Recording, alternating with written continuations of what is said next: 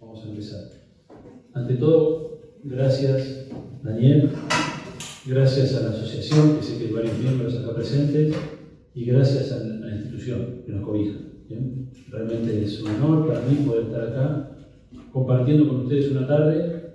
Yo no tengo apuro, no sé ustedes, así que podemos charlar un buen rato de los temas que nos apasionan, ¿no? La filosofía, el pensamiento, la historia, la situación global, la situación nacional, las tareas que tenemos por delante, el mundo que se nos viene, ¿bien? El mundo que estamos viviendo. Así que voy a hacer una presentación sobre algunas ideas, pero podemos ir para cualquier lado que después surja, ¿no? Para donde surjan las preguntas. Quiero además, antes de continuar, porque después me olvido, por eso se les digo ahora, disculpen la autorreferencia, pero las columnas de radio están en un podcast que se llama Ideas en Jaque, ¿bien? Está en Spotify, y ahí son columnas de radio de filosofía y pensamiento nacional. Se lo digo porque después me olvido, y ya está, ya me saqué de la cabeza, ya empezamos. Bueno, vamos a empezar. Soy docente de terciario también, que no lo dijiste, que siempre lo digo, porque cuando uno está en un terciario, que siempre es como que está devaluado, ¿no? En relación a otros niveles educativos, ¿no? A la educación superior universitaria, siempre el terciario está como pidiendo permiso, ¿no?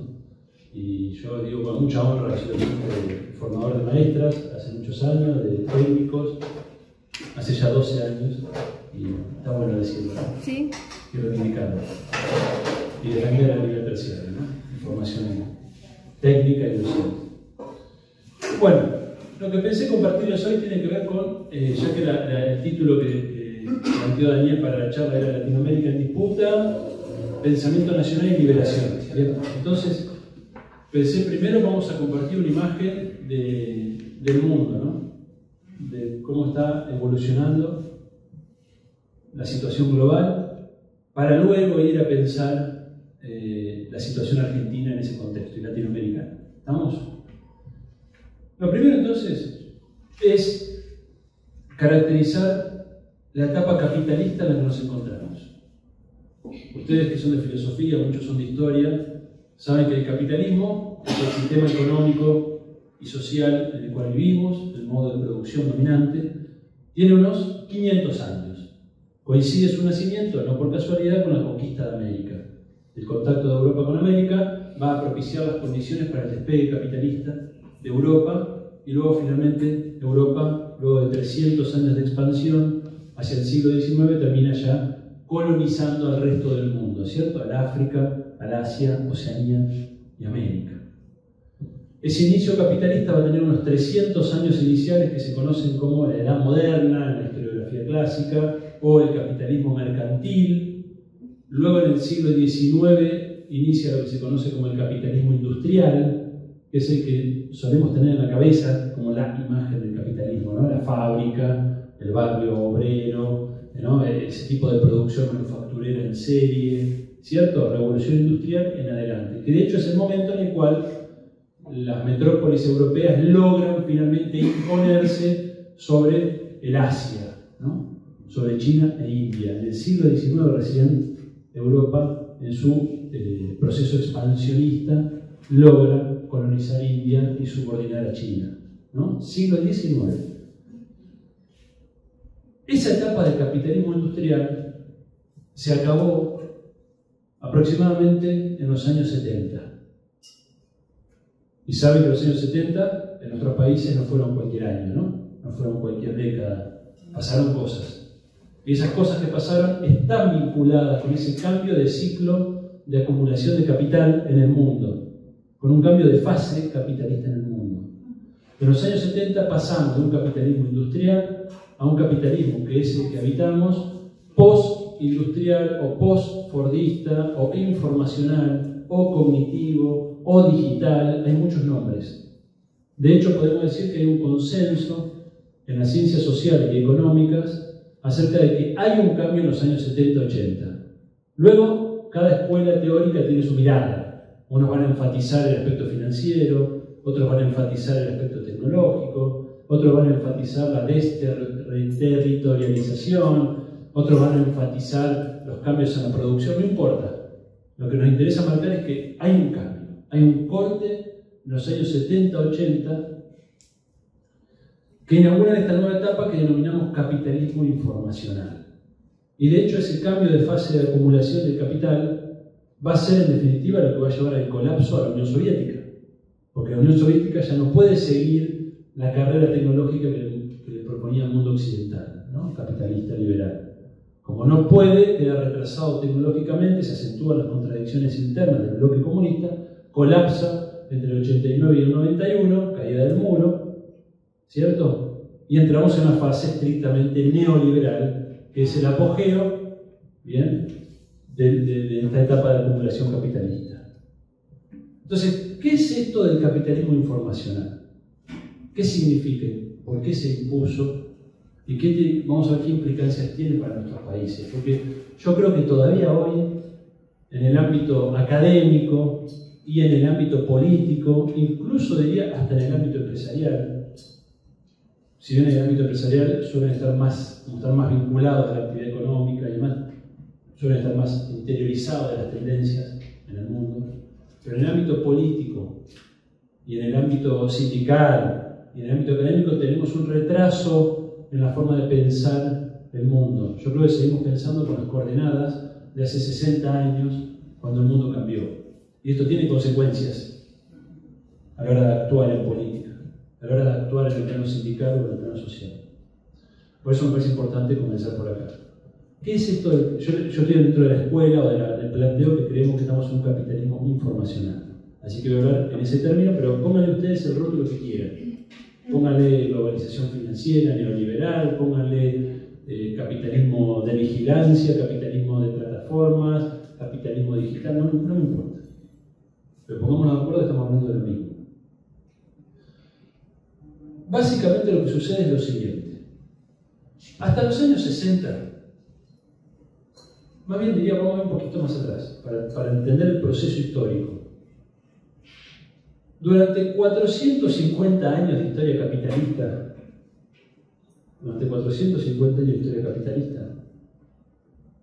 había una puja entre países, potencias, imperiales, por ver quién era el hegemónico. Entonces vamos a encontrar, en primer lugar, el siglo de oro español, siglo XVI, cuando España se encuentra con América, tiene un despegue, y eso va a hacer que España sea en ese momento la región más desarrollada de Europa. Luego ya empieza un proceso de sucesiones y de conflictos militares muy poderosos, ¿no? España versus Gran Bretaña versus Francia, Francia versus los estados alemanes. ¿Sí? Empieza un proceso de 450 años de permanente belicosidad entre las potencias europeas. ¿Por qué? Por el control hegemónico. De España se traslada a Holanda en el siglo XVII, que era colonia española. Holanda hace su guerra de independencia, así le llaman, contra España, ¿bien? Y se vuelve el centro capitalista en el siglo XVII, lo que se conoce como el siglo de oro holandés. Para quienes les gusta el arte, es la época de Rembrandt. Para quienes les gusta la filosofía, Descartes, Spinoza, el siglo XVII holandés.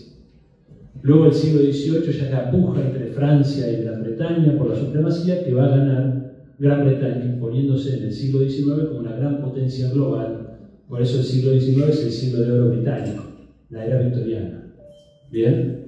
Que coincide con la Revolución Industrial y que le va a permitir a Gran Bretaña construir el imperio más grande de la historia de la humanidad, que fue el imperio británico, el imperio donde nunca se quemó el sol. ¿No es cierto?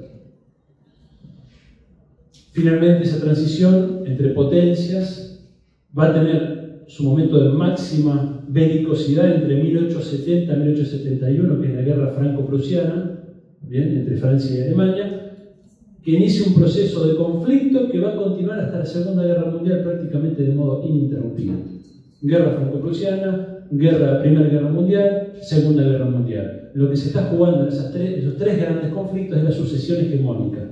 ¿Sucesión de quién? De Gran Bretaña, que ya encontraba un límite a su desarrollo y aparece una gran potencia emergente que es nada menos que Alemania, ¿no? Una gran potencia emergente que arrastra detrás suyo a Italia con sus propios intereses. Japón, que venía emergiendo por el oriente, se suma a esa alianza. Bien. Pero es básicamente, la guerra mundial es básicamente el intento de Alemania de romper el corset a su desarrollo que le imponía la hegemonía británica. Esas son las guerras mundiales, ¿no?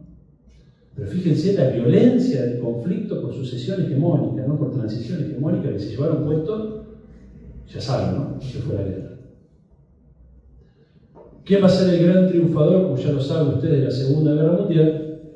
Los Estados Unidos por un lado, el bloque comunista, la Unión Soviética por el otro, pero básicamente en el ámbito capitalista los Estados Unidos, ¿no? Que observan cómo se destruye Europa, observan cómo la Unión Soviética derrota a los nazis. Nunca hay que olvidarse que la Segunda Guerra Mundial fue la guerra del Frente Oriental, fundamentalmente. Es decir, Occidente entra después de Normandía, recién al final de la guerra, junio del 44.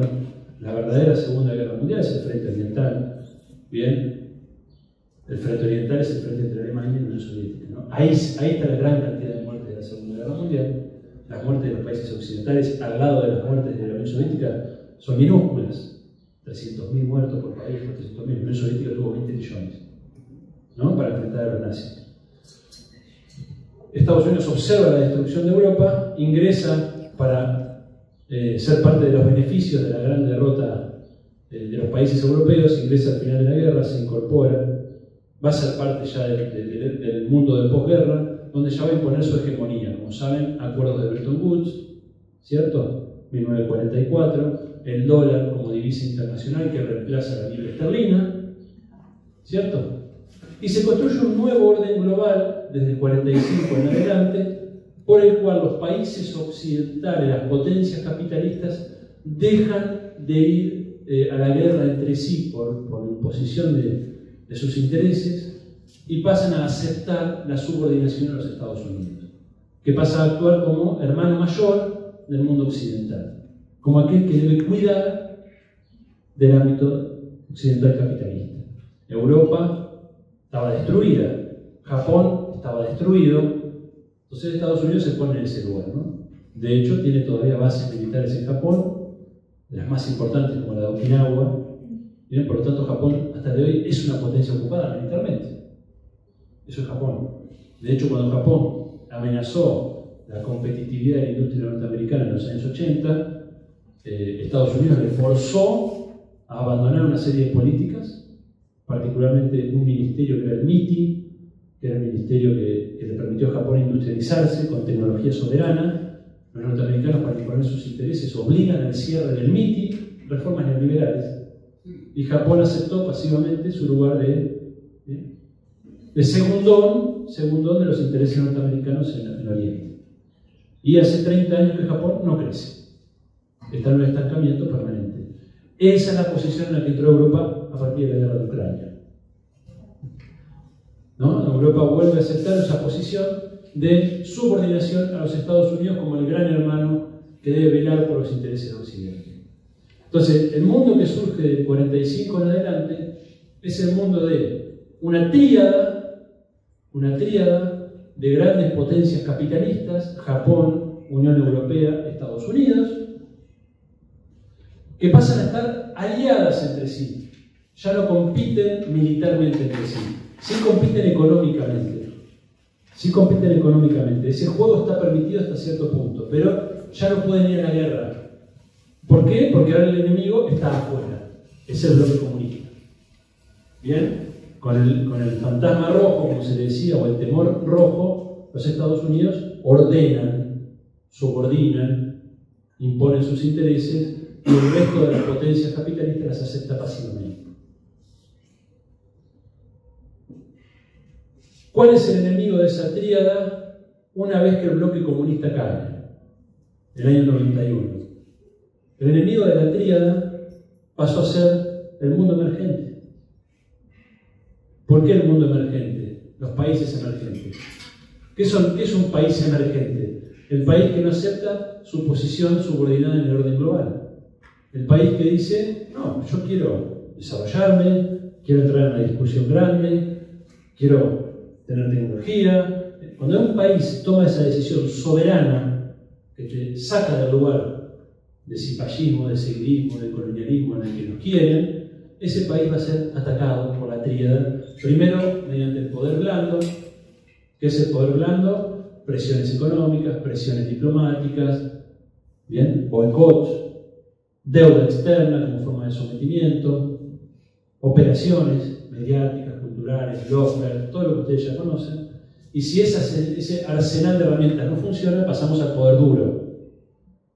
El poder duro. Te pongo en la lista de estados terroristas y ya habilito un juego mucho más pesado, ¿no?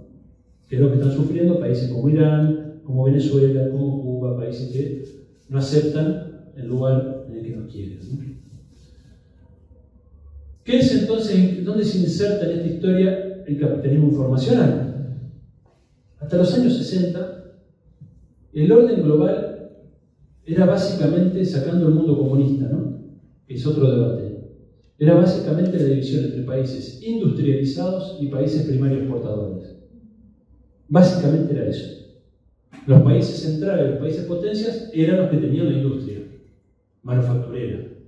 Entonces, ¿por qué Gran Bretaña era la gran potencia en el siglo XIX? Tenía industria. ¿Por qué Estados Unidos era la gran potencia en el siglo XX? Tenía industria. La mitad del PBI mundial en el año 50 era norteamericano. La mitad del PBI mundial. Bien, estaba destruida Alemania, estaba destruida Rusia, estaba destruido Japón. Estados Unidos tenía el 50% del PBI mundial. La manufactura era americana, norteamericana. Bien. Ahora, ese desarrollo manufacturero va a empezar a tener contradicciones que se van a expresar fundamentalmente en la altísima conflictividad obrera que se desarrolla en los años 60, en Estados Unidos y en Europa. Bien. Una alta conflictividad obrera y un planteo novedoso permitido por la tecnología que ya empieza a desarrollarse en los años 60, las tecnologías de telecomunicaciones, de comunicación a distancia, por el cual las empresas empiezan a hacer el siguiente razonamiento. Hay un desborde de capital industrial norteamericano fundamentalmente, y ese desborde se empieza a transformar en inversión extranjera en otros países, ¿no? Fue el momento en que en Argentina se desarrollan las automotrices, la transnacionalización del capital. Si el gran capital norteamericano excede el ámbito del mercado nacional norteamericano, tiene un excedente de capital que no puede valorizar en Estados Unidos y lo vuelca sobre el tercer mundo como inversión extranjera directa. Nos trae una tecnología vieja, obsoleta, ya la compramos como buena, ¿bien? La famosa transferencia de tecnología, ¿estamos? Alianza para el Progreso, años 60, etcétera, etcétera. En ese esquema, las empresas transnacionales empiezan a hacer el siguiente razonamiento. Hoy, gracias a las telecomunicaciones, yo puedo mantener un esquema de manufactura global. ¿Buscando qué cosa? Sacarme la conflictividad de encima. ¿Bien? Bajos salarios, y sacarme la contaminación de encima, que ya en los 60 empieza a ser un problema para las grandes compañías y para los países centrales. En los años 60 nace el ambientalismo. Ya en los 70 las Naciones Unidas incorporan la cuestión ambiental. En los 60 primero nace como un movimiento ciudadano, científico. En los 70 ya es incorporado a nivel de los estados. Entonces era todo ganancia. Todo ganancia. Me saco el conflicto obrero, busco mejores salarios, más bajos salarios, mejores para ellos, ¿no? Y me saco de encima el quilombo ambiental. El riesgo, como se decía en esa época. El riesgo ambiental. Entonces comienza el proceso de descentralización productiva. Esa descentralización productiva va a implicar la reubicación de la industria, mano de obra intensiva, que estaba en los países centrales, hacia la periferia. Fundamentalmente hacia el Asia. Al inicio también hacia América Latina. Como América Latina estaba en un escenario tan convulsionado, políticamente, socialmente, ¿cierto? Estaba tan convulsionado que América Latina pasa a ser la opción B, la opción de segunda.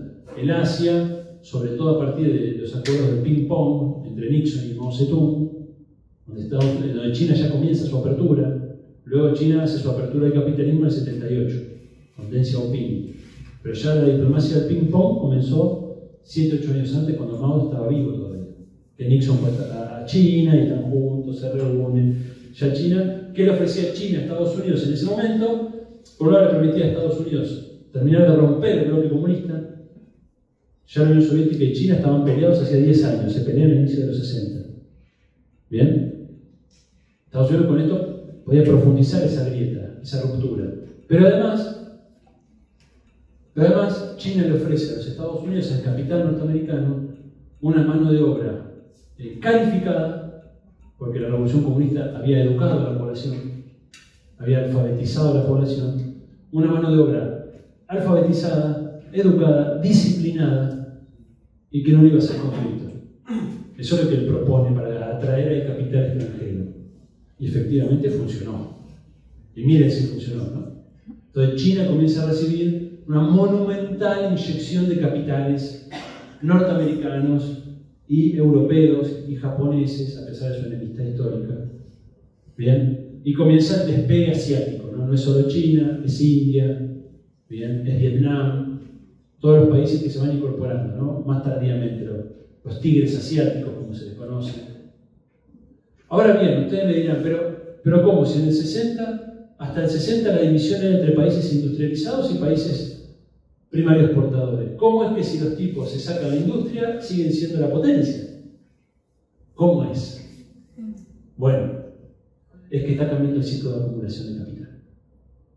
Porque se sacan de encima la industria, pero pasan a controlar 5 áreas estratégicas,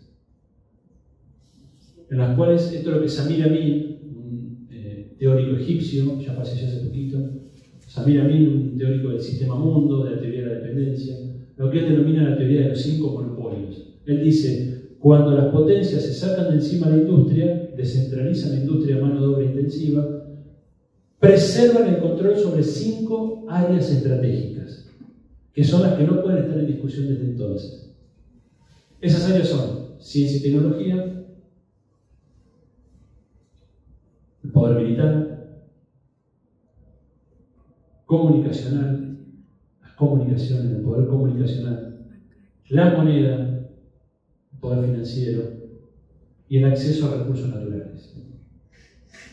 Entonces dice Samir Amin, las potencias ahora pasan a desarrollar toda una estructura internacional que ya no es la del 45 de las Naciones Unidas, de Bretton Woods. De hecho, en el 71, 72 se rompen los acuerdos de Bretton Woods, ¿no? Se rompe la paridad dólar-oro, se abandona la convertibilidad y ya el dólar pasa a ser un billete que imprimen los norteamericanos sin respaldo. ¿Cierto? Se rompe la paridad. ¿Por qué? Porque está cambiando el ciclo de acumulación. Entonces el poder ahora ya no es la industria. Por eso se habla de un capitalismo post-industrial. El poder pasa a ser ahora el controlar estos 5 recursos claves. Descentraliza la industria y desarrollan nuevas concepciones económicas. Aparece lo que se llama la nueva teoría del crecimiento económico. ¿Qué va a plantear la nueva teoría del crecimiento económico? Va a decir, hasta el momento interpretamos la economía de un modo limitado. Creíamos que la economía eran básicamente 3 factores de producción: trabajo, capital, recursos, materia prima, recursos naturales. Este es el planteo clásico de la economía clásica, los factores de producción. Pero la nueva teoría del crecimiento económico dice, nos olvidamos el cuarto.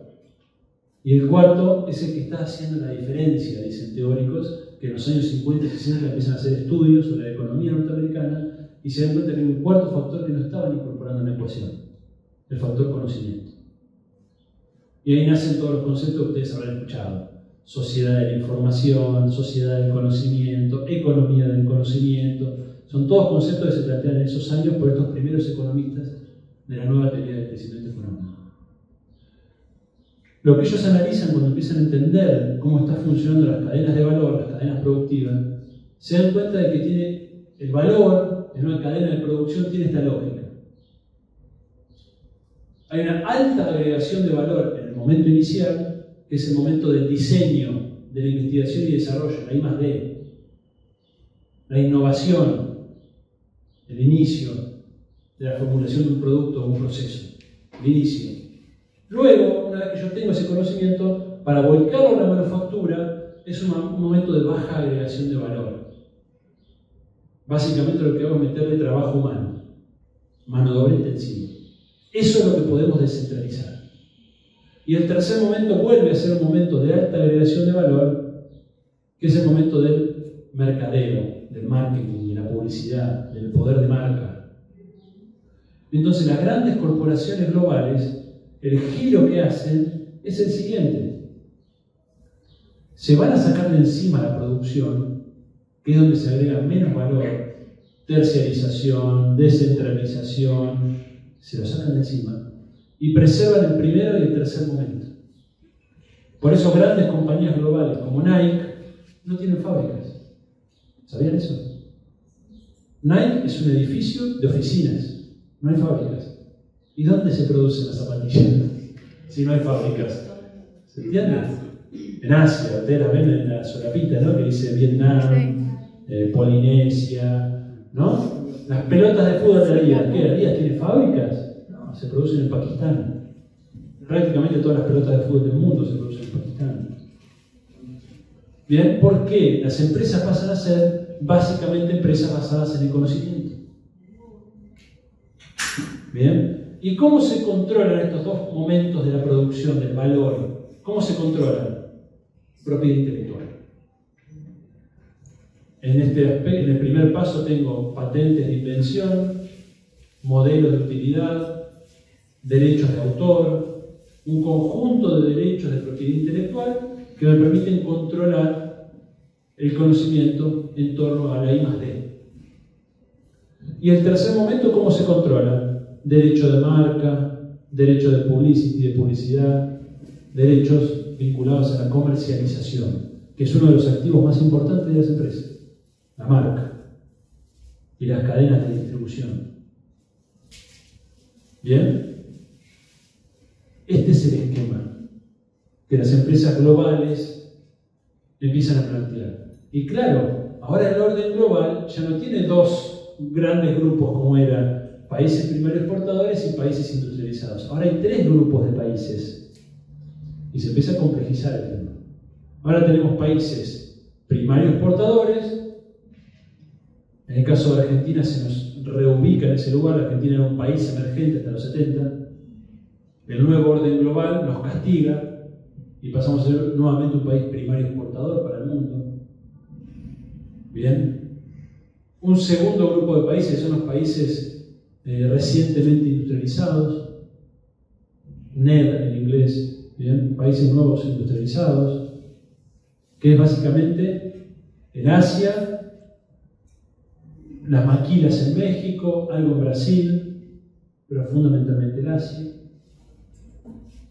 que es un tipo de industrialización que de hecho algunos autores hablan de la brasileñización, que es la industrialización con pobreza, porque es una industrialización, trabajo, mano de obra intensiva, pero no es fordista. La industrialización fordista creaba el barrio obrero, tenía buenos salarios, le daba la casa al obrero, seguridad social, vacaciones. La nueva industrialización asiática o brasileña es una industrialización con pobreza, donde no moderniza al país. Es una industrialización de enclave, o es una industrialización de la mano de las cadenas globales de valor. Entonces lo que viene a buscar es solamente mano de obra barata. Solo eso. Entonces es una industria que no derrama. Y un tercer grupo de países, que son los países que eran industrializados, que son los países centrales, que básicamente pasan a ser países exportadores de conocimiento. ¿Se dan cuenta? ¿Cómo cambia el orden global? ¿Cómo cambia? ¿Qué está pasando actualmente? Vamos a ver la desconexión, ¿no? ¿Qué está pasando actualmente? Este modelo que se plantearon fue muy exitoso, en sus términos, por supuesto, no los nuestros. Argentina, justo ayer escuchaba, estoy en un congreso en Paraná, ayer escuchaba a un compañero que daba números del año 74 y el año de la Argentina, ¿no? Y realmente es calamitoso lo que pasó con nuestro país. Un país que tenía 4,5 de pobreza y 3 de desocupación, o al revés, en el año 74, y bueno, hoy tenemos un 40% de pobreza y 8 o 7 puntos de desocupación consolidada, ¿no? Y una subocupación que en verdad hay mucha desocupación encubierta, ¿no? Entonces, cuando uno dice que les fue bien, cuando les va bien a ellos, ya le dice la teoría de dependencia, ¿no? Cuando les va bien a ellos, nos va mal a nosotros. Porque quiere decir que se están enriqueciendo nuestra cosa. Entonces, les fue un bien. El neoliberalismo fue exitoso para ellos. ¿Bien? Derribar las barreras aduaneras, acabar con el nacionalismo técnico, el nacionalismo comercial, el proteccionismo, la aldea global que nos prometieron terminó siendo la profundización de la desigualdad global. Todos los indicadores dan cuenta de eso.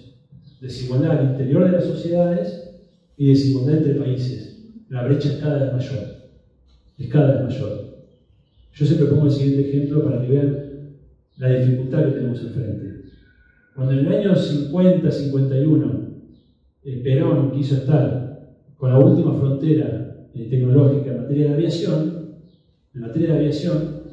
pudo desarrollar un avión a chorro que estaba entre los 5 o 6 países del mundo que podían desarrollarlo. Y con 2 años de esfuerzo financiero, la ayuda de algún científico alemán, se pudo hacer un avión que estaba en la frontera tecnológica. Era un avión competitivo. ¿Bien? Eso después se cortó por todo lo que ustedes ya saben de la historia, ¿no? Golpes de Estado. Pero había en 2 años de inversión, podías estar en la frontera.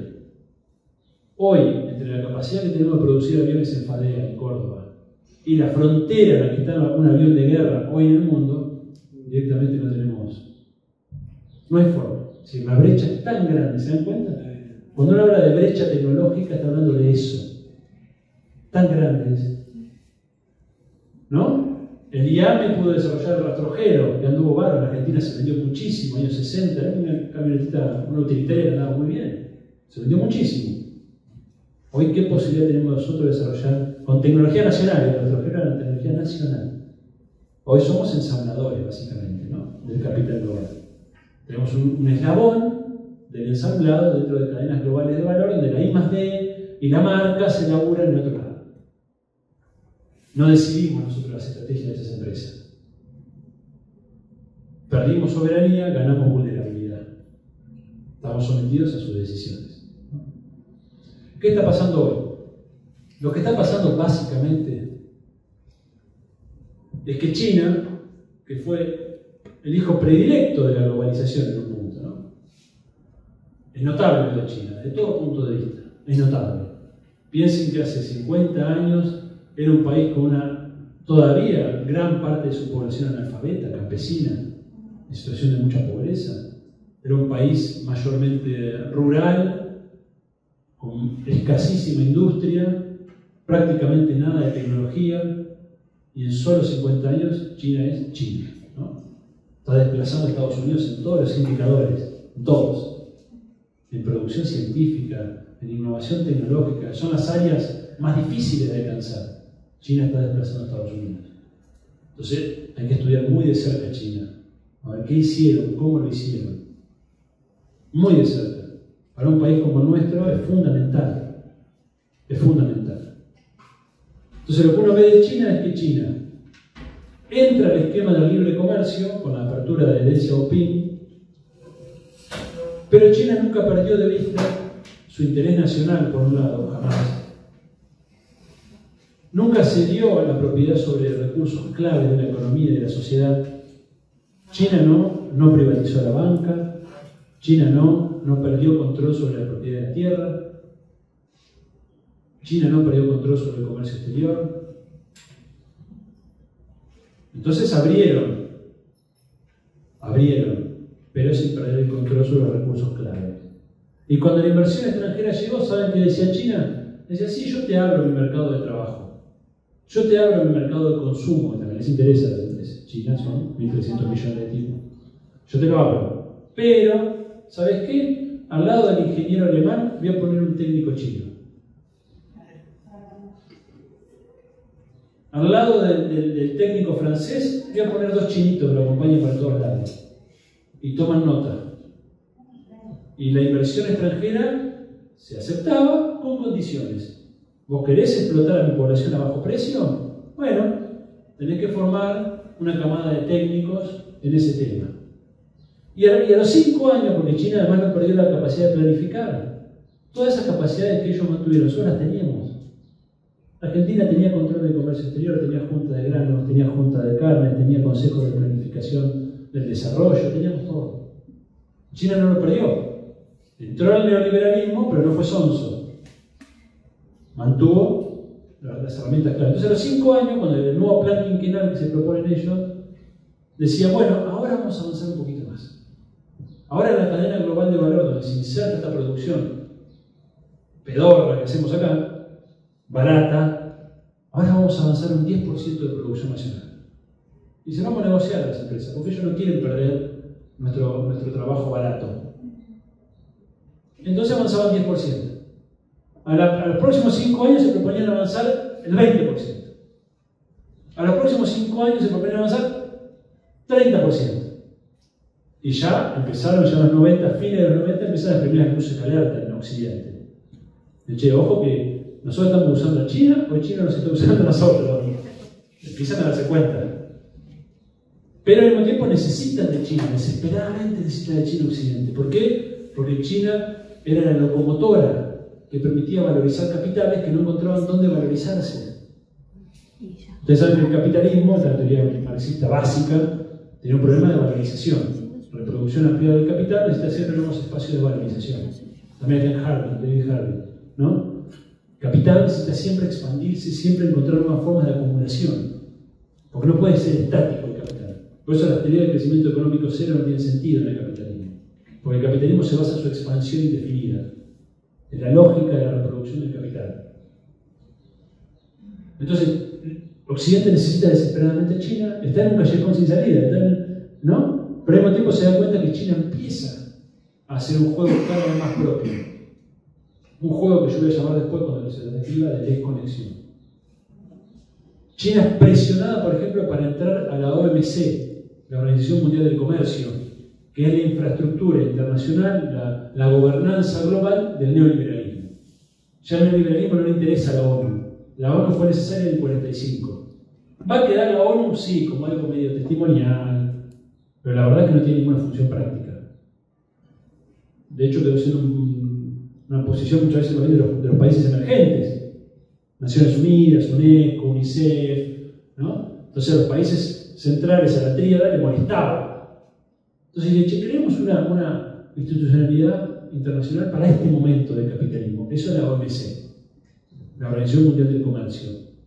¿Bien? Y todos fuimos forzados a entrar a la OMC, todos.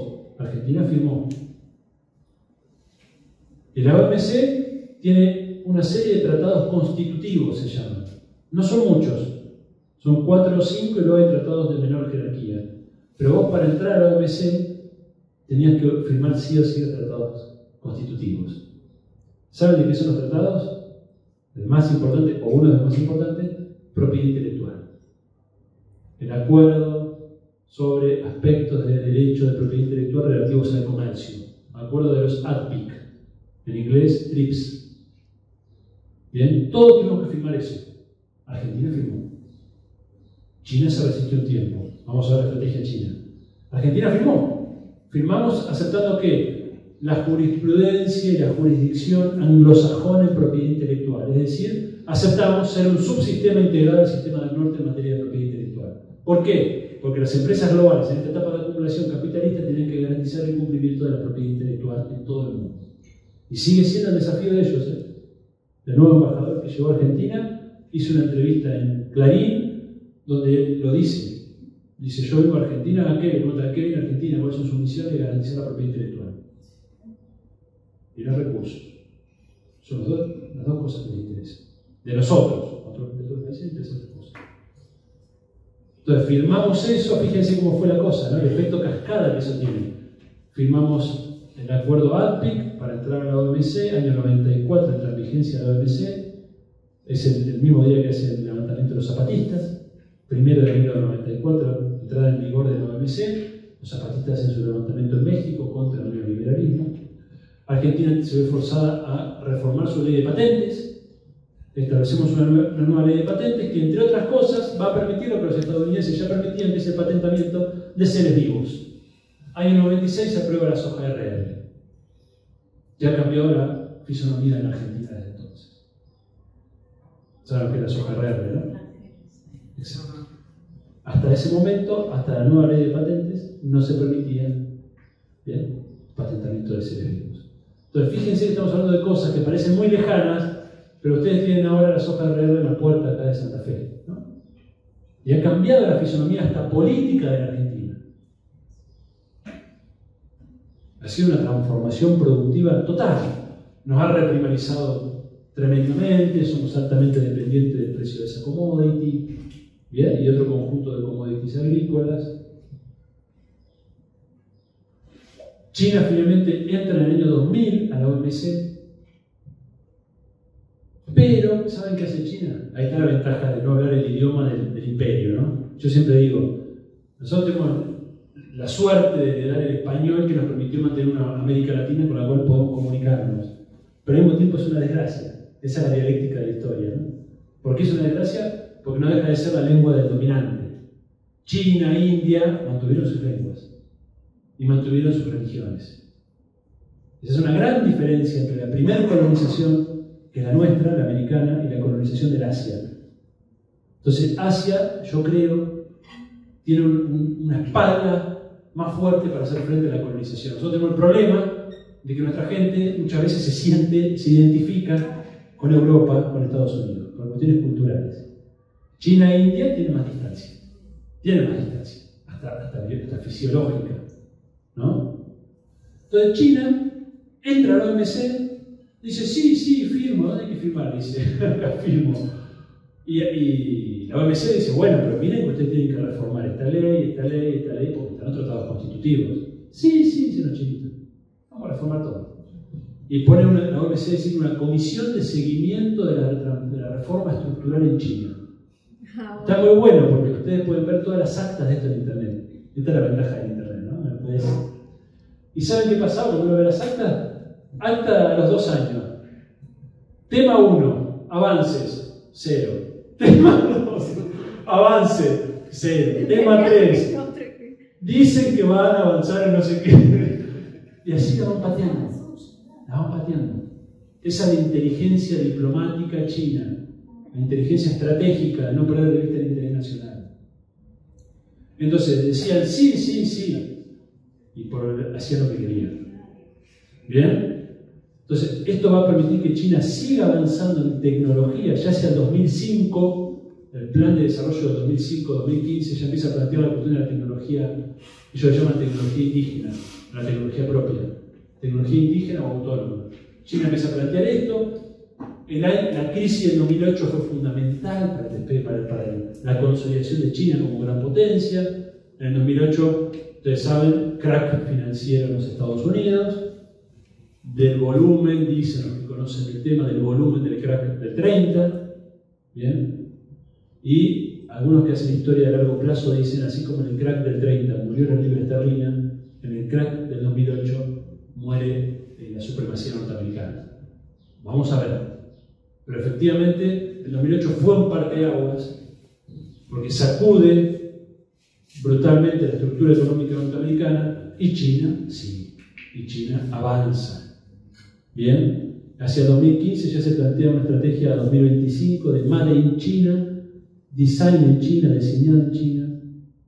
Y esto está dando cuenta ya de una nueva etapa en la que estamos hoy de transición hegemónica.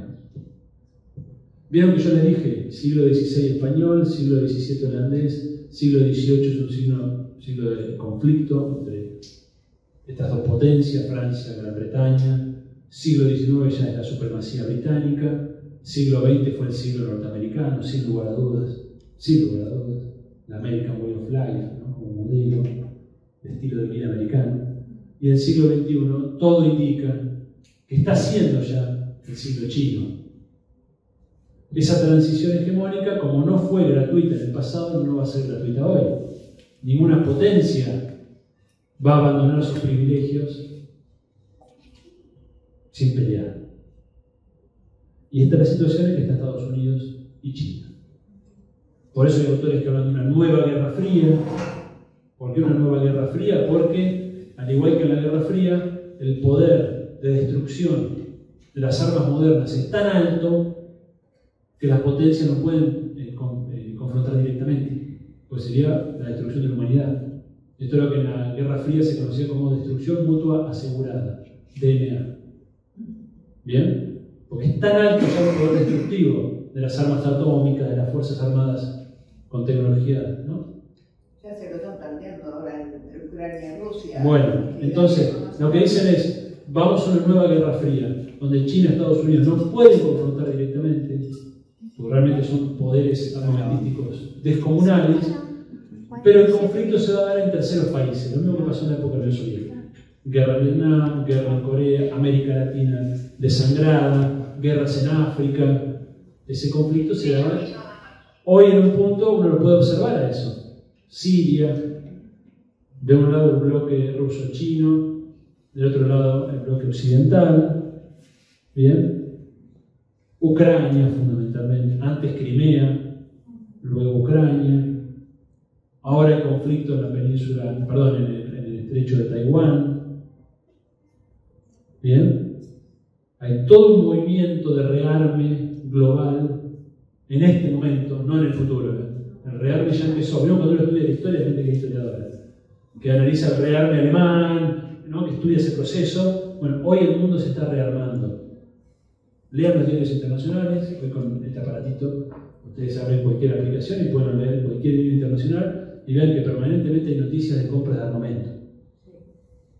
India que le compra los antiaéreos a Rusia, Israel que desarrolla no sé qué, los polacos que están armados hasta los dientes, se están todos armando, muchachos. Este es el mundo del que estamos yendo. Yo veo que muchas veces en la Argentina estamos cazando mariposas, pero el mundo del que estamos yendo es este. Ahora Europa está muy preocupada por el rearme que le hicieron a Ucrania, vieron esta última semana. Entonces Europa dice, no, yo no le voy a dar más armamento a Ucrania, porque Ucrania tiene una fuerza armada tal que puede ocupar Europa. O sea, terminé creando y son neonazis los tipos. Son realmente jodidos, ¿eh? Y los polacos que están armados hasta los recontradientes, ahora están peleados con los ucranianos, ¿vieron? Porque no le quieren comprar más grano. O sea, hay una tensión en el aire espesa, muy espesa. Corea del Norte viajando a Rusia para comprar aviación de última tecnología. China cerrando acuerdos estratégicos con Venezuela, ahora, ¿no? Venezuela cerrando acuerdos con Irán y con Rusia. Se está haciendo todo un movimiento de reordenamiento, ya no es la paz global de los 90, paz de los cementerios, pero la paz al fin. No hubo grandes conflictos en los 90, ¿qué hubo? La guerra de Irak al principio, 91, y luego lo de Kosovo, que fue un bombardeo de una ciudad, etc. Hoy tenemos un escenario de conflictos abiertos en todo el África, golpes de Estado, movimientos geopolíticos, se están reacomodando los países africanos, Medio Oriente, el Asia, bien, Europa, la guerra llegó a Europa. Europa está plagada de refugiados ucranianos. Parece mentira, ¿no? Parecía que la guerra en Europa no iba a volver a ocurrir. Y América Latina también se desangra por muchos lados, ¿no? Entonces, esta es la situación. Hoy China, sobre todo con la pandemia, China. ¿Puedo hacer una pregunta? Sí, bueno, dale ya, que no la sé. Dale, pero después me la haces, ¿eh? China en la pandemia, como saben, mantuvo su economía funcionando. Occidente, sobre todo algunos países como Estados Unidos, se encontró con un sistema de salud muy débil, con un sistema estatal de protección muy débil.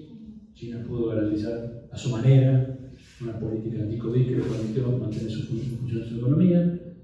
Entonces China hoy está en un lugar que no esperaba estar, para mí. Estados Unidos responde desde Trump y luego ya desde Obama, luego con Trump y continúa con Biden. Estados Unidos está en una política de fuerte hostigamiento a China, fuertísimo, boicot comercial, boicot tecnológico, ¿bien? Sin ningún argumento desde el punto de vista del libre comercio, realmente no tienen argumentos. No tienen argumentos. Y es muy interesante esto, porque esto da cuenta de que ya el relato de la globalización que iba de la mano con el libre comercio murió. Esto lo dice García Linera cuando dice la globalización ha muerto. Es que la globalización murió. Y el neoliberalismo solo sobrevive en América Latina, esto es tremendo, por eso hablamos. Ya no hay neoliberalismo en el mundo, gente. Lo que hay en el mundo es un resurgimiento del proteccionismo, un resurgimiento del nacionalismo. No hay más neoliberalismo. No hay más. Porque estamos en otra etapa histórica. Entonces Estados Unidos vuelve a tener una presencia estatal fuerte, aparece Trump, dice America First, la industria tiene que volver a Estados Unidos, ¿se acuerdan? Sí. Bien, bien. Él logró interpelar esa clase obrera descontenta. ¿Por qué esa clase obrera está descontenta? O está desocupada o está precarizada, porque la pauta de los salarios pasa por la China. Te baja el precio del salario en todo el mundo, ya no son competitivos. Es un gran problema para el proteccionismo. Sanciones sobre China. La guerra para que China no despunte en las tecnologías de última generación. Las tecnologías de última generación son las que marcan luego el ritmo de toda la economía. La tecnología de frontera. ¿Por qué Estados Unidos logró imponerse tan fácilmente sobre la Unión Soviética en los 80 y en los 90 ya se impuso a nivel global? Por el control de las telecomunicaciones y las tecnologías de la informática. Estados Unidos tuvo una supremacía en ese plan. Si hoy China, y esto lo dice Xi Jinping, no estoy inventando, está en un artículo que escribimos que analizamos China, los fragmentos de Xi Jinping ya en 2015, que dice China tiene que, para entrar a discutir las reglas del juego globales, tiene que ser pionera en la tecnología global. Porque en la tecnología de frontera se dibuja el mundo por venir. Y hoy lo estamos viendo, parece una película de ciencia ficción. Inteligencia artificial, computación cuántica, Internet de las cosas, telecomunicaciones de quinta generación, revolución industrial 4.0, todo esto que ustedes empezaron a escuchar, todos han escuchado alguna de estas cosas, ¿no? Tiene que ver con que se aceleró la carrera tecnológica. Es lo que pasó en su momento entre la Unión Soviética y Estados Unidos en los 60. ¿Se acuerdan? La carrera espacial, parece una... ¿no? La historia se repite. Porque nuevamente ahora aparece la carrera espacial, ¿vieron? India, que aluniza en el lado oscuro de la Luna, ¿no? India alunizó. India. Un país que parecía que estaba en la lona hace 20 años, 30 años. India alunizó, llegó a poner una nave en la Luna. Y está la carrera ahora entre Estados Unidos y China por llegar a Marte. Ya lo saben esto, ¿no? Ya el año que viene creo que Estados Unidos lanza nuevamente una misión a la Luna para establecer una base permanente y de ahí llegar a Marte. Es la carrera espacial. Estados Unidos creó un nuevo, no sé el nombre, comando, batallón, unidad en sus fuerzas armadas dedicada a la guerra espacial. Esto es público. O sea, las fuerzas armadas norteamericanas, así como acá tenemos aérea, marina, ejército. Bueno, hay una rama nueva que es para la guerra espacial. Y ya están desarrollando tecnología, las grandes potencias, industria armamentística, Israel, Francia, Estados Unidos, Rusia, es unas potencias en armamento, están ya desarrollando armas espaciales para poder destruir satélites enemigos. Porque ahí no podés tirar en el espacio con una ametralladora, ¿se entiende, no? Es otro tipo de tecnología que hay que desarrollar. Este es el mundo, esta es la transición hegemónica en la que estamos. Ya hoy la economía global ya no gira en torno a Europa hace mucho, no gira desde el siglo XIX. Del siglo XX giró en torno a Estados Unidos. Hoy la economía global ya está, no es algo del futuro, ya está girando en el Asia. Por eso ustedes cada vez compran más cosas que provienen de China. Prácticamente toda la manufactura que ustedes ven viene de Asia. O de China o de India, porque ahora el resto de los países que también respondían a la lógica de las cadenas globales de valor, empiezan también a jugar otro juego. Ya no quieren subordinarse a las cadenas globales de valor controladas por Occidente. Empiezan a hacer su juego. ¿Por qué? Porque China me empieza a ofrecer la ruta de la seda, China me empieza a ofrecer la banca de financiamiento, China pasa a ser un prestamista de última instancia. Entonces fíjense lo que pasa en Argentina. En Argentina te pueden dar prácticamente todo esto. ¿No? FMI, Estados Unidos, nos ahoga, salvataje, el swap de China. China hace 10 años nos viene salvando del default. Hace 10 años nos salva mediante los swap del default. Nos salvó ahora hace 3-4 meses, no estamos hablando de que hay que hacer historia lejana. Entonces China pasa a ser un prestamista de última instancia. Ahora, China tiene sus intereses. También nos hace valer. Cuando alguna vez quisimos decirle a China, bueno, yo no te vendo más el aceite de soja. Ah, ¿sí? Nos dijo. ¿Se acuerdan? Dijo, bueno, yo no te compro más. Nosotros, si China no nos compra, se nos desmorona la economía. Es nuestro principal socio comercial junto a Brasil. El mundo ya empieza a girar comercialmente en torno a los BRICS. Esto que pasó con Argentina. Argentina tenía como principal socio comercial a Estados Unidos hasta los 90. Hoy tiene a China y a Brasil. Esto está pasando en todo el mundo. Ya todo el mundo prácticamente tiene por principal socio comercial a India, a China, a los países del BRICS. India es el tercero nuestro y el primero de la provincia de Santa Fe. Bueno, India. Fíjense, hace poco estuve en Reconquista en unas charlas y fui a visitar una empresa y dijo que estaban exportando a India tecnología. O sea, ¿se dan cuenta? Entonces, la situación argentina es muy llamativa, ¿no? Vamos diciendo hacia Argentina y abrimos un intercambio. Es muy llamativa la situación argentina porque tenemos una clase dominante.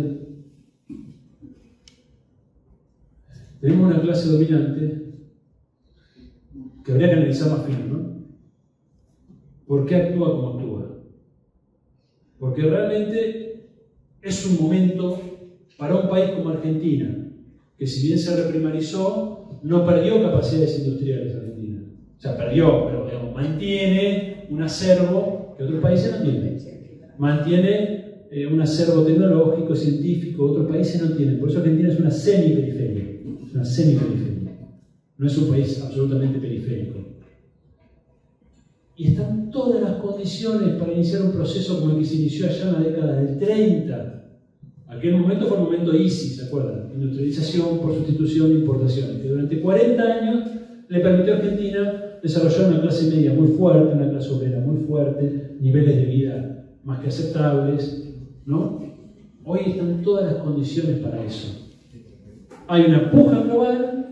En esa puja global, Argentina puede tener mejores condiciones de negociación. Porque una cosa es cuando vos tenés un único poder en la cima, y si no acatás, te castigo. Otra cosa es cuando son dos poderes que compiten entre sí.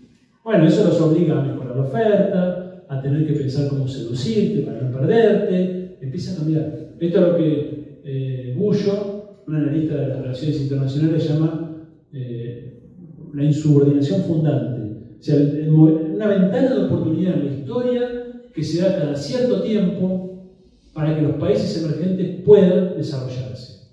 Y esa oportunidad está hoy. Por eso lo del BRICS. Hoy tenemos una posibilidad. Es un buen momento para un país como nuestro, en el mundo. Es un buen momento. Ahora tenemos una clase dominante que está mirando. O sea, realmente es inédito. Porque le venden a China, pero piensan en función de los intereses norteamericanos. O sea, rarísimo. La clase dominante brasileña, por ejemplo, está más avispada. Mucho más avispada que nosotros, que la nuestra. Muchísimo más avispada. Porque cuando Bolsonaro quiso hacer cualquier estupidez, la burguesía paulista le dijo, no. Los militares brasileños, el vicepresidente era puesto por la Fuerza Armada brasileña, le dijo, no, ¿qué estás haciendo? Pará la mano. Si querés gritar a tu gente, ese show, pero no. Con China no te peleas. Y no se pelearon. Y nosotros tenemos una clase dominante que repite por todos lados que China, que hay que romper relaciones con China, que nos vamos a alinear a los Estados Unidos, que es básicamente alinearse a un barco que está naufragando. Somos un occidente periférico, disculpen la palabra, pero tengo para fundamentarlo, decadente. Y esto se está expresando también en la superestructura cultural, en la producción cultural de nuestro país. Donde tenemos una imagen decadentista, propia de la crisis europea y de la crisis norteamericana. Europa, por ejemplo, no tiene capacidad de proyectar un futuro. Estados Unidos tampoco. Fíjense el cine norteamericano, ¿qué nos presenta el futuro? Distopías. Catástrofes nucleares, catástrofes ambientales, rebelión de las máquinas. No son capaces de pensar un futuro. Los zombies, que es peor. Los zombies que nos pasaron, que es la propia proyección de la propia sociedad, ¿se dan cuenta? De la proyección de sí mismos. Guerra de todos contra todos. Hay un proceso de desintegración muy fuerte. Y ahí es donde hace mella el posmodernismo. Porque ¿qué es el posmodernismo en definitiva? Como yo descreo, no puedo transformar esto, todo es un desastre, el Estado, todo lo toca y lo corrompe, la norma, la disciplina. Cuida tu jardín, te dice Liu Chulhan, ¿no? Cuida tu jardín. Es como la crisis, ¿se acuerdan? ¿Se acuerdan? tuviéramos 2000 años, pero la crisis del mundo griego que va a dar lugar a la filosofía helenística, que es el escepticismo de Pirro, ¿no? El estoicismo, el epicureísmo, que ya no es el gran pensamiento griego de la época clásica, que era la Grecia que pensaba lo universal del ser humano, ¿no? El gran pensamiento griego fue formidable. La filosofía helenística es la filosofía de la decadencia griega. El posmodernismo es la filosofía de la decadencia de Occidente. Bien, y nuestra clase dominante no está siendo capaz de leer eso. Y estamos reproduciendo un neoliberalismo periférico que ya no sigue en los países centrales. Ya no sigue en los países centrales. Ya ellos dejaron de privatizar, ya ellos dejaron de abrir el comercio, ya pasó eso para ellos. Fue una etapa que les vino bien, les sirvió, adquirieron competitividad, reacomodaron su economía a la economía del conocimiento, que es lo que a ellos les interesaba. Y nosotros lo que hacemos, compramos el paquete. Como si nosotros tuviéramos la misma estructura socioeconómica que Alemania. Entonces escuchamos a la gente que nos dice, no, tenemos que hacer la economía del conocimiento. ¿Y qué vas a hacer? Si tenés una estructura económica endeble, tenés 40% de pobreza, ¿cómo vas a incluir ese 40% de pobreza con la economía del conocimiento? Hay que desarrollar, yo me dedico a eso, hay que desarrollar tecnología, por supuesto no soy ingenuo, pero el paradigma es otro. La economía del conocimiento es un marco teórico desarrollado para las potencias centrales. Ellos saben que su competitividad y su lugar en el mundo depende de la capacidad de estar en la vanguardia del conocimiento. ¿Bien? Pero eso es la lógica y el estadio de desarrollo de ellos. Nosotros estamos en otro estadio de desarrollo. Pero tenemos que ver qué recetas aplicamos en este mundo, cómo se está configurando. ¿Se dan cuenta? Fíjense en los últimos 10 años de Argentina. Y acá voy a hablar de la conexión y la desconexión, que es un concepto de Samira mío. Yo les dije que había 5 factores estratégicos que los países centrales no podían perder. ¿Bien? Acceso a recursos naturales, tecnología, ciencia y tecnología, poder militar, supremacía militar, factor comunicacional y factor financiero. Si ustedes ven los conflictos que atravesaron la Argentina en los últimos 10, 20, 30 años, prácticamente todos los conflictos se explican por esos 5 factores. Fíjense, conflicto del campo, 2008, ustedes lo vieron de cerca, en el corazón de la zona núcleo, ¿no? Conflicto del campo, ¿qué es básicamente? La pelea por la renta extraordinaria del agro pampeano argentino, ¿no? Que es una renta extraordinaria porque ofrece nivel de rentabilidad mayor a la tierra media a nivel mundial, ¿no? Es decir, una rentabilidad extra que ofrece la calidad de nuestra tierra. La disputa era básicamente por el acceso al recurso natural tierra. ¿Y quién se quedaba con ese diferencial extraordinario del agro? La disputa fue esa. Es la disputa por el acceso a un recurso natural.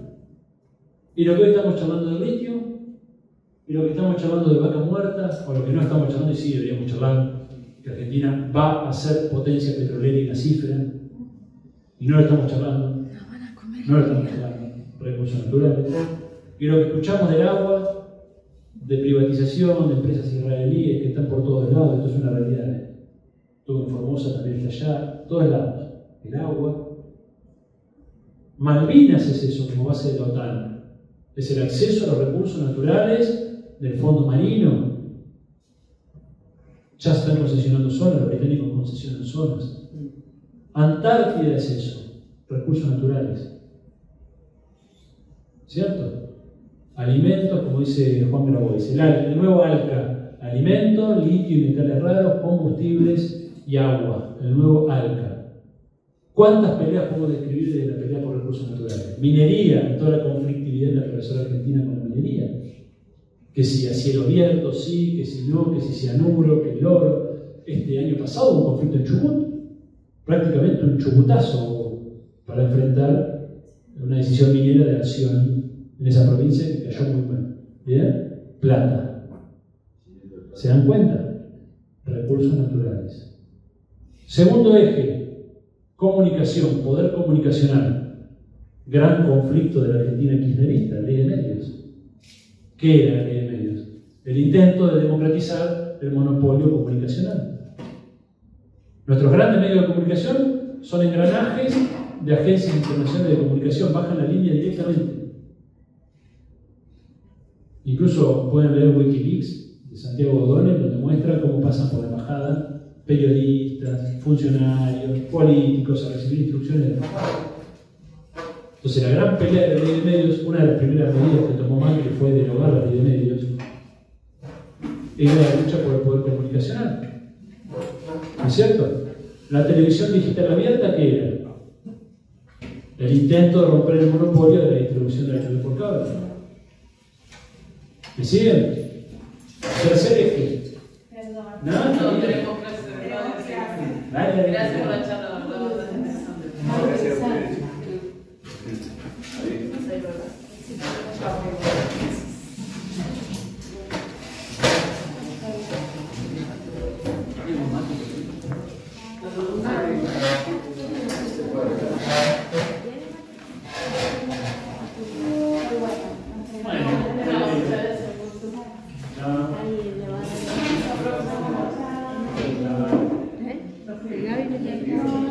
Todo frío.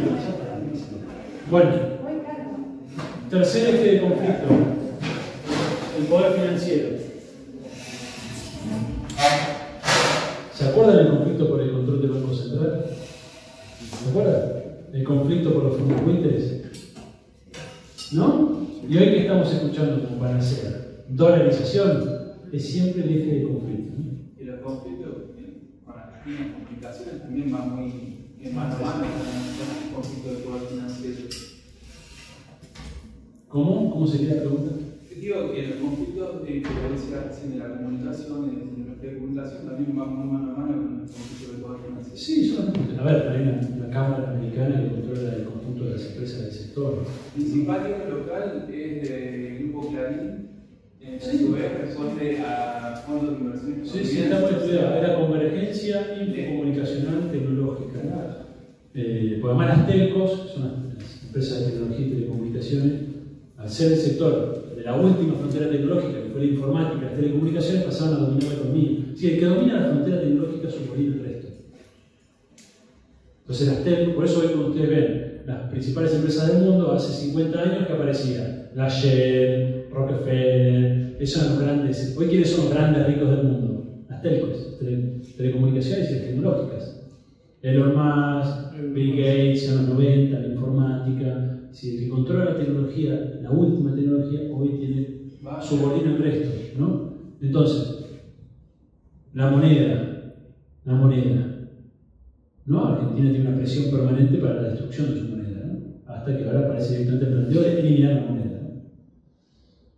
Cuarto eje de conflicto que les decía, el conflicto por la ciencia y la tecnología. Conflicto por la ciencia y la tecnología.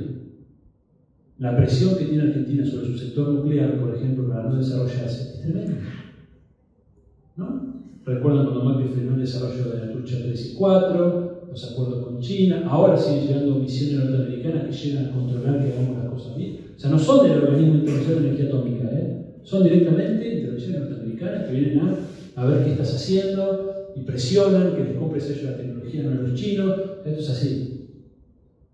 Desarticulación del Ministerio de Ciencia y Tecnología por el macrismo, ¿se acordarán? Y ahora que se nos dice que quieren cerrar el CONICET, ¿bien? La ciencia y la tecnología es un factor que molesta sobre toda la tecnología. Porque la ciencia es más fácil usarla en provecho propio. Yo fomento un tipo de producción científica que no está vinculado al contexto y termina favoreciendo a los países centrales, lo que nosotros denominamos el cientificismo, que es una ciencia que no se pregunta por el sentido social de lo que hace. Hace ciencia, publica en revistas internacionales y lo usan las empresas globales, no las nuestras. Pero con la tecnología, ahí sí que no les gusta que te metas. No quieren que te metas en lo que ellos consideran nichos de alto valor agregado. Entonces no quieren que te metas con nuclear, no quieren que te metas con aeroespacial. ¿Querés hacer industria textil? Hacela, no te van a joder con eso, hacela, porque no competís con ellos. Ahora, ¿dónde competís con ellos? Cuando te metés con alta tecnología, lo que denominan high-tech, ¿no? La alta tecnología. Ahí no te metes. Ahí vas a tener obstáculos, ahí vas a tener frenos, ahí te voy a tratar de hacer lo posible para desarticular. Y el quinto elemento, el militar, no ha estado presente en los años recientes, sin embargo, si uno hace una perspectiva un poco más larga, Argentina pasó por la misma consecuencia de la dictadura, más consenso de Washington, por su desmilitarización. Si Argentina ha perdido hoy capacidad de defensa, notablemente, incluso, no digo a nivel internacional, a nivel regional. Es decir, Argentina está muy en la saga de Chile, Colombia, Brasil, Venezuela, está prácticamente desguarnecida, ¿no? Ahora el lunes hicimos una charla con el vicepresidente de Fabricaciones Militares en la UTN en La Plata, y eran 150 estudiantes de ingeniería. Y algunos chicos, bueno, hablaban de la plataforma marina, la pesca ilegal, todo lo que, ¿no? Preguntas que salían. Y Oscar, que estuvo en esa reunión, en la charla, decía: sí, todo hermoso, muchachos, pero ¿con qué quieren ir a defender el territorio? Si no tenemos fierros, no tenemos. Y perdimos soberanía en producción de defensa. Y contaba Oscar que hay insumos críticos en defensa en el mundo que no te los venden. Entonces, viene el macrismo, cierra Fan Azul, la Ciudad Azul, una de las fábricas de fabricaciones militares, y Argentina perdió capacidad de producir TNT. Bien, que van a la punta del proyectil, como explosivo. Entonces, y hoy no te lo venden en el mundo. Entonces, ¿con qué vas a defender el territorio? ¿Con qué? ¿Con tweets? ¿Con posteos en Facebook? ¿Se entiende esto, no? El factor militar, aunque en el cortísimo plazo uno no lo ve como un partido militar en el sentido clásico, lo cierto es que Argentina se desmilitarizó en el sentido de la defensa. Y dejó de ser, de hecho, un elemento integral del debate político, cuando debería serlo, de la geopolítica. Debería serlo. Porque en el mundo lo es. En el mundo lo es. Entonces Argentina, por ejemplo, perdió el desarrollo balístico que tenía, que era muy importante. El último desarrollo fue el Cóndor 2, los más grandes se acordarán. El misil Cóndor 2, que era un misil de mediano alcance, con posibilidad de llevar ojiva nuclear. Esto en el mundo es soberanía. ¿Qué hizo el innombrable? ¿No? Negoció con los norteamericanos dijeron: lo llevamos todo, y se llevaron todo del Cóndor 2, no quedó nada. Se llevaron todos los planos técnicos, no quedó nada. Argentina tenía una capacidad en cohetería, ya en los años 60, también los más grandes se acordarán, Argentina colocó un ratón en el espacio, y un mono, el ratón Belisario y el mono Juan. Años 60, el mundo apenas tenía cohetería a esa altura. Hoy estamos queriendo lanzar el Tronador 2, que es un lanzador satelital, y no logra despegar. Estamos haciendo pruebas de motores en falta de carga en Córdoba. Entonces, pérdida de soberanía, ¿se dan cuenta? El factor militar está siempre ahí. Lo que hicieron fue destruir nuestra capacidad de defensa, destruir la capacidad de producción. Fabricaciones Militares tenía 14.500 obreros, no me acuerdo, en 15 o 14 fábricas en todo el país. Ni radares tenían. Altos hornos de Zapla, ¿no? Lo que era Somisa, producíamos toda la cadena de producción de armamento, del mineral hasta el proyectil. Todo eso se destruyó, se cerró, se privatizó. Argentina no tiene, por ejemplo, aviones prácticamente en condiciones de volar. El otro día hablaba con un primo en Tandil, me dice: antes volaban los Mirage, aunque sean Mirage, ya son viejos, son de los 70. Hoy vuelan los Pucará. Me encanta que los Pucará vuelen, está claro, se entiende. Pero no tenemos capacidad de poner aviones de última generación en el cielo. Tenemos aviones parados, saben esa historia, ¿no? Le compramos aviones a Francia que no despegan. Se los compró Macri para el G20. Sí. Una estafa multimillonaria que en cualquier país hubiera implicado realmente una crisis. Compramos aviones que no despegan. Y los franceses ya nos dijeron que no van a despegar. Si tenemos una mojada de oreja y tenemos una cantidad de aviones parados porque no podemos poner el asiento eyector, porque el asiento eyector tiene patentes británicas, los británicos no permiten la venta de tecnología militar en la Argentina, entonces tenemos un montón de aviones parados porque no tienen asiento eyectable. Eso es desmilitarización de la Argentina, pérdida de soberanía, pérdida de defensa. Entonces son 5 factores en juego. Y con esto cierro. Sí. Recursos naturales, medios de comunicación, la moneda, la ciencia y la tecnología y el factor militar.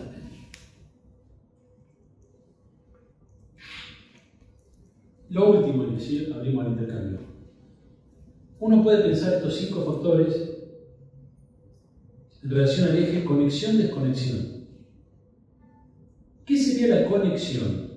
Bueno, ya tuvimos ejemplos prácticos, ¿no? Ahora quiero volver a conectarlo. Conexión es aceptar el lugar en el que te ubica la potencia dominante. ¿Bien? Es decir, eliminar barreras, en ALCA sería la conexión. ALCA. Eliminar barreras proteccionistas, barreras que apunten a vivir con lo nuestro, a producir lo nuestro, a eliminar barreras. Subsumir nuestra moneda a la moneda de ellos, convertibilidad en los 90, ahora dolarización. Aceptar la hegemonía cultural mediática, no discutirla. Aceptar nuestro lugar subordinado en el ámbito militar, dependemos de la protección de ellos. Es una conexión, es una conexión. Es decir, neocolonialismo puro y duro. Decimos neo porque el colonialismo clásico es ocupación militar. Es Islas Malvinas, es Puerto Rico, ¿bien? Es lo que vivimos aquí en España. Eso es colonialismo. Esto es un neocolonialismo, ¿bien? Donde tenemos una independencia formal, pero realmente estamos en condición neocolonial. Por eso nuestros políticos tienen que ir a Washington a pedir permiso. Hemos naturalizado esto en otros países, sería un escándalo. Lo que Mentor llamaba la puertorriquización. Puertorriquización. Esto en otros países sería un escándalo. Que tengan que pasar los candidatos a presidente por Washington a pedir permiso, a ganar el favor del Departamento de Estado. Lo hemos naturalizado, pero es lo mismo que pasaba en la metrópoli cuando en el siglo XVII iban a familias adineradas a España a tratar de acercarse a la corte para ver quién podía ligar algo. Un carguito, quién iba a ser el próximo virrey. Es lo mismo, muchachos, estamos viajando a la metrópoli a pedir permiso. El acuerdo con el FMI de 2018 fue eso, es volver a someternos, después de lo que fue parcialmente una desconexión, que fueron los años de Néstor y Cristina. Argentina tuvo 2 desconexiones nada más, Perón y Néstor y Cristina. Desconexiones parciales, incompletas, y yo creo, y esto ya es parte de la discusión, que la crisis posterior tuvo que ver con esa incompletitud de la desconexión. No se avanzó lo suficiente. Ahí hay toda una discusión en el campo popular. Algunos dicen, no se avanzó lo suficiente, y otros dicen, habría que haber sido más moderados. Es una discusión importantísima. Es importantísima esa discusión. No la terminamos de dar. No la terminamos de dar. Yo creo, soy de los que creen que no se avanzó lo suficiente en desarticular los factores de poder que nos desestabilizaban, ¿no? Y nos desestabilizan todavía hoy, y estamos sufriendo las consecuencias. Van a poner presa a Cristina en el que viene, la van a poner presa. La van a humillar primero un par de semanas en la cárcel común, después la van a dejar ir a Calafate, pero nos quieren pisoteados. Nos van a humillar si ganan, pero no van a ganar. No van a ganar. Entonces, eso es la conexión. ¿Qué es la desconexión? Y la desconexión es, en el ámbito de la moneda, una moneda soberana, un comercio multilateral con canastas de monedas, no comerciar necesariamente a través del dólar, que eso le da poder a ellos, comerciar directamente, ¿bien?, por otras monedas, una posible moneda azul en América Latina, un comercio con China directamente en yuanes, con India en rupias, con Rusia en rublos, canastas de monedas. ¿Se acuerdan de la canasta de monedas? En el 2014, cuando fue el conflicto de la Junta 2003, que nos llegaron a embargar la fragata Libertad. A veces nos olvidamos, pasan tantas cosas en este país. Fragata Libertad, insignia de la Argentina. Nos miraron arriba de la cabeza. ¿No? Sí. Entonces, ¿qué es la desconexión? Moneda soberana, moneda fuerte, política monetaria soberana. La conexión absoluta sería la dolarización. Ahí directamente entras en un esquema que es muy difícil de desandar. Sí, ahí no volvemos más. Es muy difícil. La gente que conoce el tema, yo no soy especialista en el tema, pero dice que una vez que dolarizas es muy, muy difícil volver atrás. Por eso es el gran peligro. Lo demás se puede volver, pero ¿no? Y ellos lo saben. Y ellos lo saben, por eso nos quieren dolarizar. Y Argentina no es cualquier país de la región. Argentina tiene una influencia cultural sobre el resto de América del Sur muy importante. Hasta diría mayor que Brasil, por el tema lingüístico y cultural. Brasil es un país continente en sí mismo. Yo estudié en Brasil en la carrera de posgrado y lo pude ver. El brasilero mira hacia adentro de su frontera, básicamente. Es tan grande que sabe muy poco de lo que sucede fuera de su frontera. Y mirar al mundo, ¿no? Miran hacia África. Yo tengo mucha relación con África, o en África portuguesa. En África portuguesa tiene mucha relación, mucho intercambio. ¿Bien? Y miran hacia Asia, Estados Unidos. Argentina tiene una influencia cultural tradicional, por eso tantos estudiantes vienen a estudiar en otras universidades en posgrado. ¿Sí? Quebrar a Argentina, someter a Argentina, terminar de subordinarnos, sería un golpe durísimo para las posibilidades de América Latina. Durísimo. Y arrinconaría a Brasil, en su posibilidad de Brasil de ser el gran vector de unidad regional. Lo de la dolarización no es por casualidad, vienen trabajando. Yo me dediqué a leer el libro de Ocampo y Chunovsky, que son los que le dan la línea a Milei en el tema de dolarización, está publicado del año pasado, y ahí está clarísimo cómo fue todo premeditado para llegar a este punto. Donde, por ejemplo, ellos dicen que la población argentina no va a aceptar la dolarización. También lo dijeron en una entrevista con el Diario de la Nación, hace un mes y medio, un domingo. Dicen que como Argentina no va a aceptar la dolarización fácilmente, por temas culturales, resistencia, hay que pasar por un shock inflacionario. Lo están diciendo ellos, están provocando la inflación para que desesperadamente busquemos la dolarización. Ya pasó en el 89-90 con la hiper. Entonces van a producir golpes de mercado, van a reventar las reservas para producir una hiper. Lo dicen textualmente, búsquenlo. Entrevista a Ocampo y Chunovsky de la Nación un domingo. Lo dicen. Ahí, déjame ya termino. Entonces, lo están diciendo, un shock, quieren provocar un shock inflacionario para que la gente pida a grito la dolarización. Miren que con una inflación del 120 ya mucha gente está pidiendo a grito la dolarización. Imagínense con una inflación del 3.000, 4.000, 10.000%. Mucha gente va a pedir la dolarización. Esa es la estrategia de los tipos. Es toda una estrategia premeditada para quebrar a la Argentina, someterla.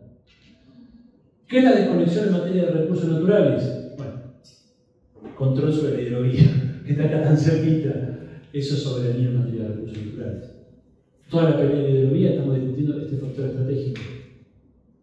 Nacionalización del litio, política hidrocarburífera nacional, todo eso es desconexión en materia de recursos naturales. ¿Desconexión de qué? De lo que ellos quieren para nosotros. Es aceptar otro punto de vista, ¿no? ¿Qué es la desconexión en materia de comunicacional? Democratizar la voz pública, generar nuevos instrumentos de comunicación, desconcentrar el monopolio Clarín La Nación. Ustedes saben que tienen el control incluso sobre la producción de papel en Argentina, ¿saben eso? Papel prensa.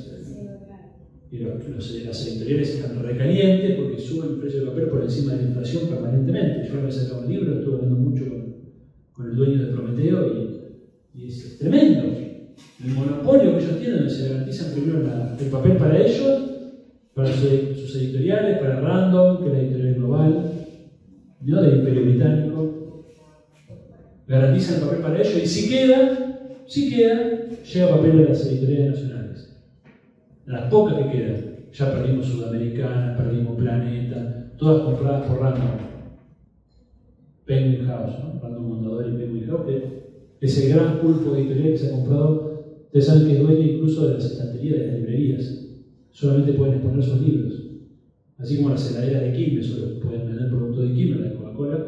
Las estanterías de las librerías, las grandes librerías, las cadenas, son de Penguin y nadie más puede entrar ahí. Están ahogando la industria editorial nacional de un país que fue potencia editorial. Argentina en los 60, 70, teníamos Eudeva, teníamos grandes sudamericanas, grandes editoriales y grandes escritores. Y eso también es desconexión en el plano cultural. En cambio, estar todo el día absorbiendo la filosofía, el pensamiento y la cultura del norte es conexión de un factor estratégico que no hemos mencionado, que es el factor cultural e intelectual. ¿Qué es la desconexión en el ámbito de la ciencia y la tecnología? Bueno, primero, construir capacidades, financiar. ¿Bien? Y segundo, orientar. Esta es mi discusión en el sector de ciencia y tecnología. No alcanza con financiar, hay que orientar. Si yo le meto guita a la ciencia y la tecnología y no la oriento, estoy produciendo ciencia para el norte. ¿Bien? Es un primer paso ponerle guita. Es un primer paso. Peor es mantenerlo. Entonces, Pongamos guita y orientemos, en función de la demanda social, productiva, ambiental de la Argentina. Eso es la desconexión en ciencia y tecnología. En el ámbito de la filosofía de las ciencias sociales, por supuesto, la desconexión es la descolonización cultural, el pensamiento nacional. Eso es la desconexión. ¿Qué es la desconexión en el ámbito del poder militar? Bueno, evidentemente avanzar en soberanía en materia de defensa, es indudable. Es indudable. Capacidad de producción, doctrina militar que ponga el foco en la soberanía. Ustedes saben que hasta Nilda Garré, la doctrina militar argentina establecía como principal hipótesis de conflicto a Brasil y a Chile. ¿Qué concepto de unidad regional puede trabajar con esa idea? Por eso no se desarrolló durante mucho tiempo Formosa, por eso durante mucho tiempo no se hizo el puente por Corrientes a Brasil, porque la hipótesis de conflicto era Brasil y Chile. Con Nilda Garré eso cambió. La nueva doctrina militar es que la hipótesis de conflicto es por los recursos naturales. Es un cambio fundamental en la doctrina. Desconozco la aplicación de eso, sinceramente lo desconozco. Pero es un cambio de doctrina muy importante. Eso es desconexión. Eso es desconexión. No aceptar los ejercicios militares conjuntos porque sí. Esos ejercicios militares conjuntos son bajadas de línea, formación de nuestros militares. ¿No? Empezar a generar, como se genera. Ahí voy. Con la UNASUR se generó el Consejo de la Defensa del Sur, ¿sabían eso? El Consejo de la Defensa del Sur llegó a tener un plantel permanente compuesto por militares de todas las Fuerzas Armadas de la UNASUR. Fíjense si eso no es desconexión. ¿Qué fue lo que hicieron los gobiernos neoliberales? Destruyeron la UNASUR. La destruyeron. La destruyeron. ¿Qué es la desconexión? Bueno, ya dije los 5 puntos. Bueno, no quiero robarles más tiempo. Me interesa el intercambio. Creo que hoy las cosas en Argentina, para ustedes por lo menos están claras, de qué representa, qué proyectos son los proyectos de conexión, qué proyectos son los proyectos, no sé si de desconexión, pero aunque sea de posibilidad de soberanía, ¿bien? De posibilidad de discusión. Los otros proyectos, el de Bullrich y Milei, para hablar sin pelo en la lengua, son proyectos de conexión, donde la única posibilidad que vamos a tener es resistir. El proyecto de Unión por la Patria es un proyecto que va a estar en disputa, bien, pero no es neoliberal, no es neoliberal periférico. Incluso Massa no lo es. Massa es un neodesarrollista, bien, es un neodesarrollista, no es un neoliberal como Bullrich o un anarcocapitalista como Milei, que pretende la destrucción del Estado. Y el gasoducto es también desconexión. Absolutamente, absolutamente. Hay que ver, vengo siguiendo mucho el tema de Vaca Muerta, hay que ver ahora la discusión de la Ley Nacional de Hidrocarburos que está en el Congreso. Es una discusión trascendental para la Argentina, que como siempre terminamos discutiendo estupideces y no discutimos lo importante, que es discutir la renta petrolera y gasífera, ¿bien? Que ya es muy importante. Entonces, eso es desconexión. Eso es desconexión. ¿Bien? Siempre que hables de capacidad de producción local, de potenciar el desarrollo local, estás hablando de desconexión. Siempre que hables de integrarte a una cadena global sin discutir las condiciones, es conexión. Es conexión. Bueno, me interesaría charlar con ustedes, intercambiar algunas ideas.